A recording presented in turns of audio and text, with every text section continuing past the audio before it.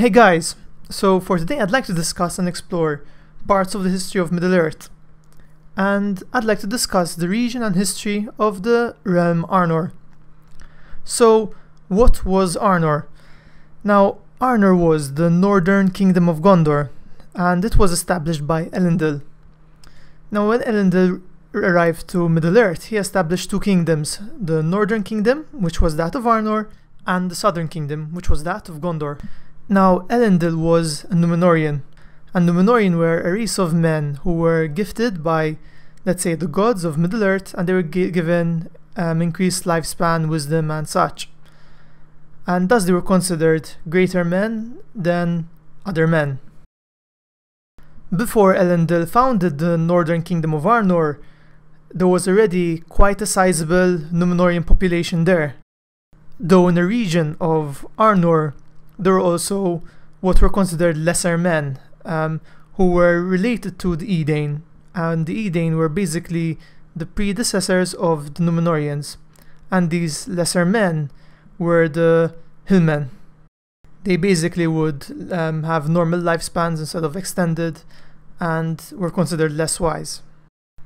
So when Arnor and Gondor were established, Arnor was preferred because its region was closer to where the elves lived, under Gil-galad, and thus it was considered more prestigious than the southern kingdom of Gondor.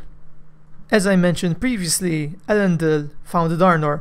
Now if the name sounds familiar to you, that's because Elendil was the king of men when they fought in the last alliance, and he was joined by Isildur, his son. Now during the battle of the last alliance, Elendil is killed by Sauron. His son takes the ring, and his son is also killed later on by an ambush from orcs. And the only surviving member is Isildur's youngest son, Valandil. Now this occurred during the second year of the Third Age, which started with the defeat of Sauron. Now 800 years later, the 10th king of Arnor died, and his three sons all fought for the rule of Arnor. And because of this infighting, Arnor ended up breaking up into three parts. You had Rhudaur, Cardolan, and Arthedain. Each was ruled by a separate king who was one of the sons of the 10th king. Now between the kingdoms of Arthedain and Cardolan, there was a relative peace. They used to get along. However, both Arthedain and Cardolan would have frequent skirmishes with the kingdom of Rhudaur.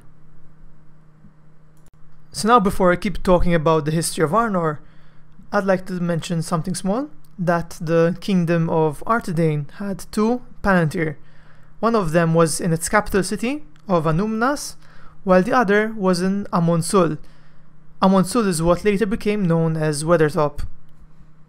Now with time, Annúminas, which was, as I said, the capital city, started to become depopulated as the people were moving out, and thus instead the city of Fornost was chosen to be the capital of Arthedain. So now approximately 400 years later, in the year 1300 of the Third Age, the Witch King founded the realm of Angmar, which was located approximately northeast of Arnor, and over there he gathered men, orcs, and trolls, among other things, to start an army that would destroy the realm of Arnor. So he first decided to attack, or at least take control of the weakest realm, which was that of Rhudaur. Now, by then, it's many hundreds of years later, there were very little Númenóreans left there, and most of them were actually hillmen. The king himself was actually not of Númenórean blood, but again he was a hillman.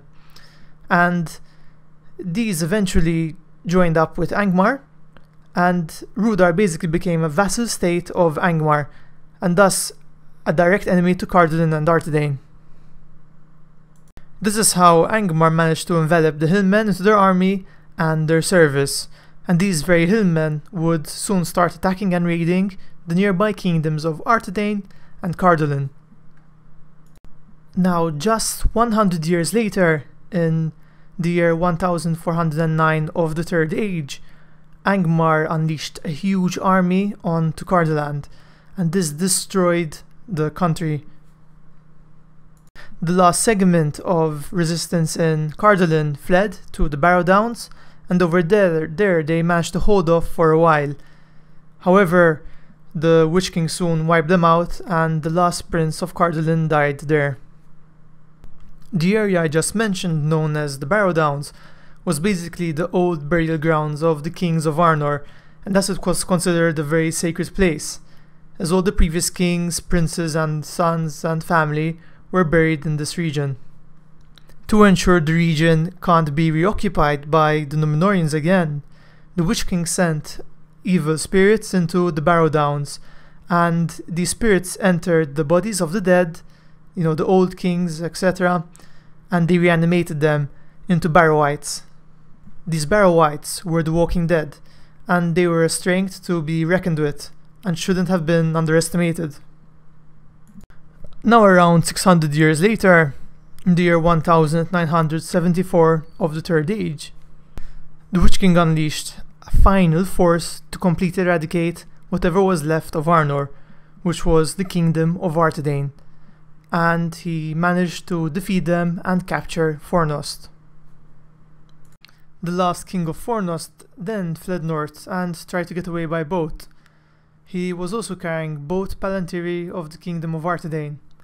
However, his ship got shipwrecked, and the king died and the Palantiri were lost. Now Gondor started to notice what a threat Angmar was, and its king, Eärnur, met up with Elrond of Rivendell, and they agreed to form one huge army to defeat the Witch King and reclaim the northern realm of Arnor.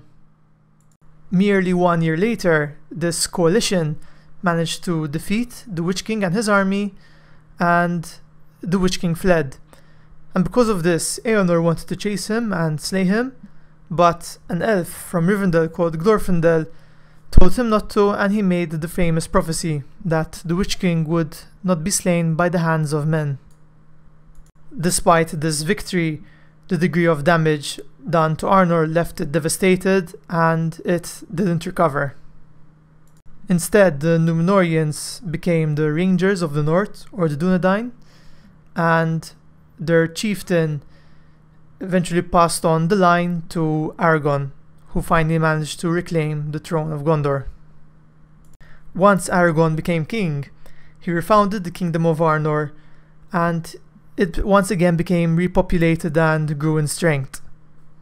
This occurred at the start of the Fourth Age, which was around 1000 years after the defeat of the Witch King. So I think that wraps up the history of Arnor. I didn't go into excessive details of the kings' names, their sons, etc., because most of them lived briefly or didn't do much. I hope you enjoyed this video and found it interesting. If you disagree with me or thought I missed something out, feel free to tell me. Since I'm going to be making more of these videos, if you don't want to miss out on them, subscribe, leave a like, and thanks for watching.